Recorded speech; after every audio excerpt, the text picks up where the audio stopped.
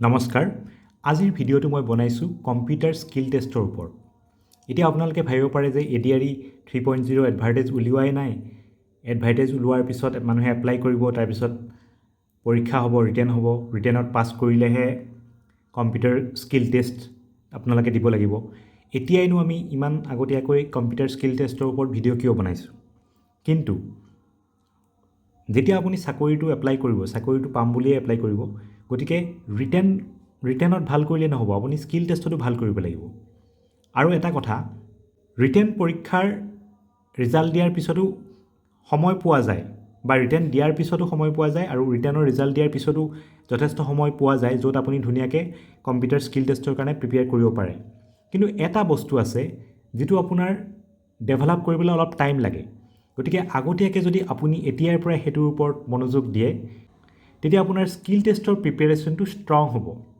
আৰু হেতু হ'ল এই কিবোৰ্ডখন স্ক্ৰিনত যিখন দেখি আছে আপুনি এইখনক কয় QWERTY কিবোৰ্ড বুলি এতিয়া এটা কথা কওক আপোনালোকে যেতিয়া টাইপ কৰে তেতিয়া টাইপ কৰোঁতে আপুনি এই আখৰকেইটা এটা এটাকৈ বিচাৰি টাইপ কৰে নে কিবোৰ্ডখন নোচোৱাকৈ টাইপ কৰিব পাৰে যদি আমি কিবোৰ্ডখন নোচোৱাকৈ টাইপ কৰিব পাৰে তেতিয়াহ'লে বহুত ভাল কথা আপুনি এই ভিডিঅ'টো স্কিপ কৰিব পাৰে কিন্তু যদি আপুনি আখৰবিলাক এটা এটাকৈ এনেকৈ আঙুলিৰে বিচাৰি টাইপ কৰে তেতিয়া এই ভিডিঅ'টো আপুনি লাষ্টলৈকে চাই থাকক কাৰণ এই ভিডিঅ'টো আপোনাৰ কাৰণে খুবেই ইউজফুল হ'ব এতিয়া যোৱাবাৰ যিটো ADRE আছিলে সেই ADRE দেখিছিলোঁ যে ৱৰ্ডৰ যিটো পেছেজ দিছিলে এইটো বিৰাট ডাঙৰ এটা পেছেজ দিছিলে আৰু সেইটো প্ৰথমতে টাইপ কৰি ল'ব লাগিছিলে আৰু টেষ্টটো হ'ল যে টাইপ কৰিবলৈ দিছে সেইটো টেষ্ট নহয় সেই ডাঙৰ পেছেজটো টাইপ কৰাৰ পিছত এক পেজতকৈও বেছি আছিলে সেই ডাঙৰ পেছেজটো টাইপ কৰাৰ পিছত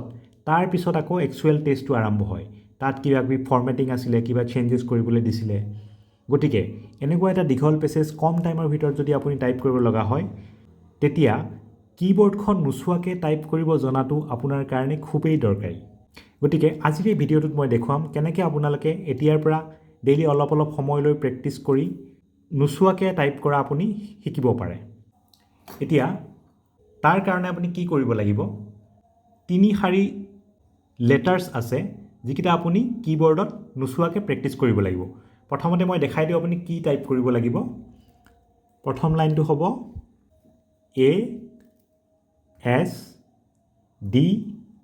ASDFG তাৰপিছত আহিব এটা স্পেচ তাৰপিছত কলন LKJH তাৰপিছত এণ্টাৰ কৰি নেক্সট লাইনত আহিলোঁ নেক্সট লাইনত আমি কৰিব লাগিব QWERT তাৰপিছত আকৌ স্পেচ তাৰপিছত YUIOP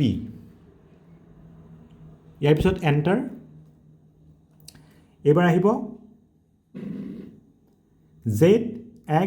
ZXCVB আকৌ স্পেচ তাৰপিছত স্লেছ ফুল ষ্টপ কমা MN এতিয়া এই আমি যে লিখিলোঁ এইমাত্ৰ এইখিনি কিবোৰ্ডখনত চাওক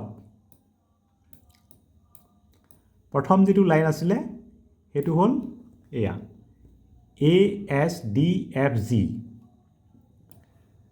আৰু ইফালৰ পৰা আছে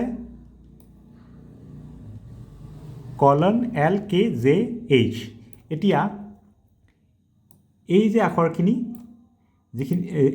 যিখিনি মই হালধীয়া কৰি দিলোঁ এতিয়া এই আখৰখিনি আপুনি এই লেটাৰকেইটা আপুনি টাইপ কৰিব লাগিব লেফ্ট হেণ্ডেৰে আৰু এই যে ৰঙা কৰি দিছোঁ এইকেইটা আপুনি টাইপ কৰিব লাগিব ৰাইট হেণ্ডেৰে এতিয়া নেক্সট যিটো লাইন হ'ল সেইটো আকৌ প্ৰথম লাইনটো আছিলে মাজৰ শাৰীত আছিলে এই QWERTটো আছে ওপৰত ঠিক একেধৰণে QWERT এইটো আপুনি কৰিব লাগিব লেফ্ট ছাইডেৰে লেফ্ট হেণ্ডৰ আঙুলিকেইটাৰে আৰু YUIOP এইকেইটা টাইপ কৰিব লাগিব ৰাইট হেণ্ডৰ আঙুলিকেইটাৰে YUIOP তাৰপিছত এইকেইটা চাওক তাৰপিছত হ'ল তলৰকেইটা ZXCVB গোটেই এইখিনি কৰি লওঁ ZXCVB আৰু এইটো চাইডে হ'ল স্লেছ ফুল ষ্টপ কমা MN। এতিয়া মই মোৰ লেপটপৰ কীবৰ্ডত আঙুলিৰ পজিশ্যনকেইটা কেনেকৈ ধৰিব লাগে সেইটো মই দেখুৱাই দিম। এইখন হ'ল একচুৱেল কীবৰ্ড।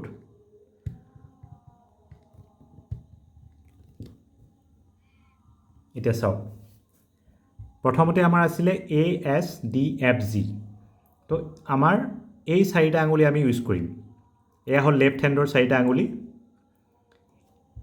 একেবাৰে এইটো প্ৰথম আঙুলিটো এইটো বহিব Aত,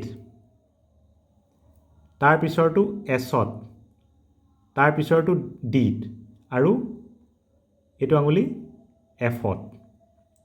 ঠিক তেনেকৈ এইটো ৰাইট ছাইডৰ এইকেইটা,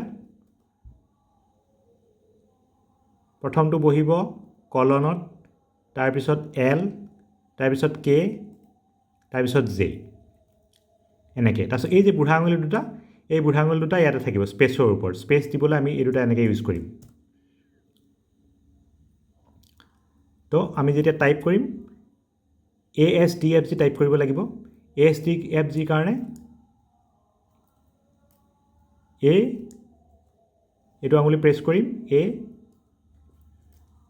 এটা এটাকৈ প্ৰেছ কৰি যাম, ASDF। আৰু জিৰ কাৰণে বেলেগকৈ আঙুলি নাই, গতিকে এই যিটো আঙুলি নিয়াৰেষ্ট যোনটো আঙুলি সেইটোৰ আমি F টাইপ কৰাৰ পিছত এইটো এনেকৈ যিটো এইটো উঠাই পিনে ইয়াত টাইপ কৰিম। তেনেকৈ এইফালে ৰাইট ছাইডৰ পৰা আহিব কলন L, K, J আৰু Hৰ কাৰণে আমি এইটো আঙুলি মুভ কৰিম, H। এতিয়া মই আপোনালোকক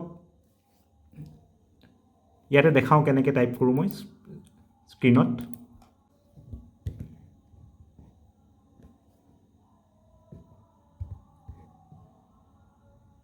যিমান পাৰি মই সম্ভৱ দেখাবলৈ চেষ্টা কৰিছোঁ।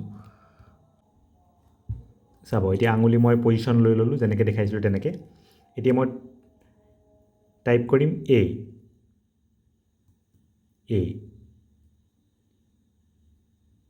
S, D, F, তাৰপিছত Gৰ কাৰণে এই আঙুলিটো মুভ কৰিলোঁ, চাব G।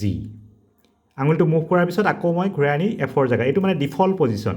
আপুনি যেতিয়া টাইপ কৰিবলৈ আপুনি যেতিয়া কীবৰ্ডত পজিশ্যন ল'ব, আঙুলিকেইটা এনেকৈ আহি পিনে এইফালৰকেইটা বহিব ASDFত আৰু এইফালৰকেইটা বহিব কলন L, K, J।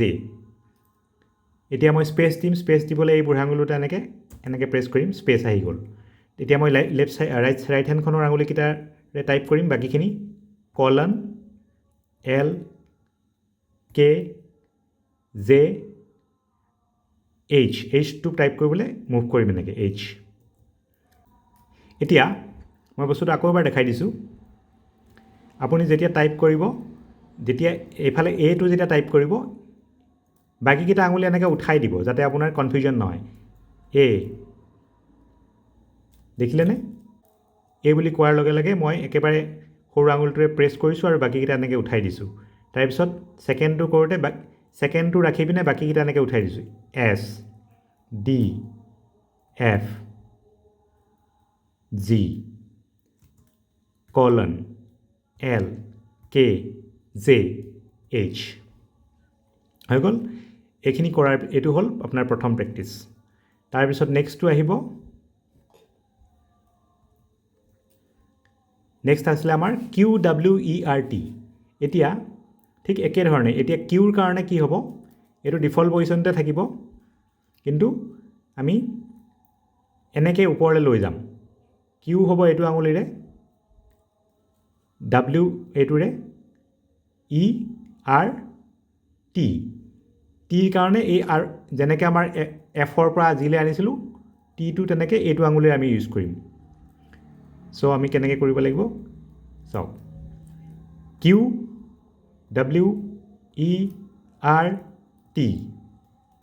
স্পেচ হৈ গ'ল। এতিয়া ওপৰৰখিনি যেতিয়া আমি প্ৰেক্টিছ কৰিম, আমি এইফালৰ পৰা নকৰোঁ, মানে ৰাইট ছাইডৰ পৰা নকৰোঁ। মাজৰ শাৰী কৰোঁতে আপোনালোকে দেখিলে যে ASDFG এইফালে লেফ্টৰ পৰা কৰিছোঁ আৰু এইফালে ৰাইটৰ পৰা কৰিছোঁ কলন L, K, J, H। কিন্তু ওপৰৰ শাৰী কৰোঁতে আমি চিৰিয়েলি কৰি যাম। QWERT কৰিলোঁ, এইবাৰ আহিব Y, Y, U, I, O, P। এইটো আঙুলিৰে Yও হ'ব, ইউ হ'ব, ৱাইও হ'ব। যেনেকৈ আপোনাৰ এইফালে লেফ্ট ছাইডে আছিলে এইটো আঙুলিৰে R হয় আৰু T হয়। চিমিলাৰলি ৰাইট ছাইডে হ'ব ইউ আই। গতিকে তেনেকৈ প্ৰেক্টিছ কৰিব। আকৌ এবাৰ দেখাই দিছোঁ। Q W E R T space Y U I O' P. হৈ গ'ল। এইবাৰ আমি আহিলোঁ 3 নম্বৰ শাৰী। 3 নম্বৰ যিটো শাৰী আছিলে সেইটো আছিলে চাই লওক ZXCVB। এইটো আমি আকৌ মাজৰ শাৰীটো যেনেকৈ কৰিছিলোঁ তেনেকৈ কৰিম। ZXCVB আৰু এইফালৰ পৰা স্লেছ ফুল ষ্টপ কমা MN। এতিয়া ইয়াতে আপোনালোকে চাগে অলৰেডি ইমাজিন কৰিব পাৰিছে, যেনেকৈ আমি এইটো আমাৰ ডিফল্ট পজিশ্যন আছিলে, ইয়াৰ পৰা আমি 4টা উঠাই দিলোঁ এনেকৈ। ইয়াতোতো আপোনাৰ ধৰক ডিফল্টৰ নিচিনাই।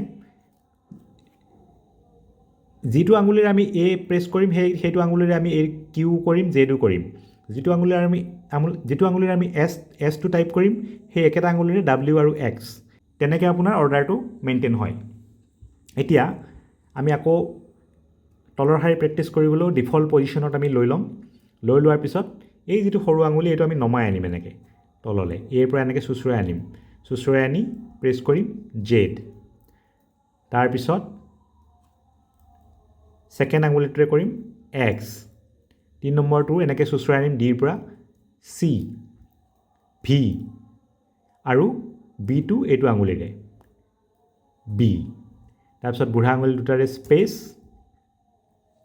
তাৰপিছত এতিয়া ৰাইট ছাইডৰ পৰা কৰিম স্লেছ। একেবাৰে সৰু আঙুলটো এনেকৈ চুচুৰাই আনিম ইয়াৰ পৰা কলনৰ পৰা স্লেছলৈ। তাৰপিছত ফুল ষ্টপ কমা M, এইটো আঙুলিৰে N। হৈ গ'ল। আকৌ এবাৰ দেখাই দিছোঁ আপোনালোকক। ZXCVB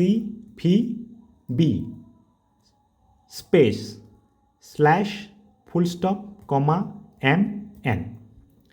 ঠিক তেনেদৰে আপোনালোকে এই 3টা শাৰী আপোনালোকে এনেকৈ প্ৰেক্টিছ কৰিব আৰু ডেইলি আপুনি 10-15 মিনিটমানকৈ প্ৰেক্টিছ কৰিব।